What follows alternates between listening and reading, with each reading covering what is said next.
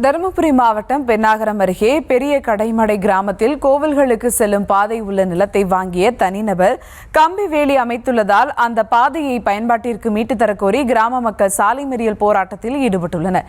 இதுகுறித்த மேலும் விவரங்களோடு இணைகிறார் செய்தியாளர் வெற்றிவேல். வணக்கம் வெற்றிவேல், விவரங்கள். வணக்கம் சுபா.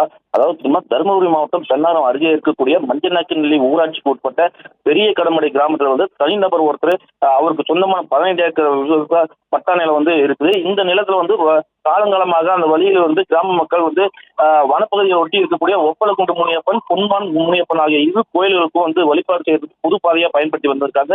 அது மட்டும் இல்லாம அந்த வழியை தாசர் குஞ்சி, சின்னூர், முருக்கம்பட்டி, சீலநாயக்கனூர், ஏரியூர் உள்ளிட்ட கிராமங்களுக்கும் அந்த வழியை தான் போவதா அந்த பகுதி மக்கள் பயன்படுத்தி வந்திருக்காங்க. இது மட்டும் இல்லாம இந்த நிலையை அந்த நபருக்கு சொந்தமான அந்த பட்ட ரவிச்சந்திரன் என்பவர் விலைக்கு வாங்கி மேலும் அந்த நிலத்தை சுற்றி கம்பி வேலி போட்டதனால அந்த பகுதி மக்கள் மிக சிரமத்திற்கு ஆளாயிருந்தாங்க.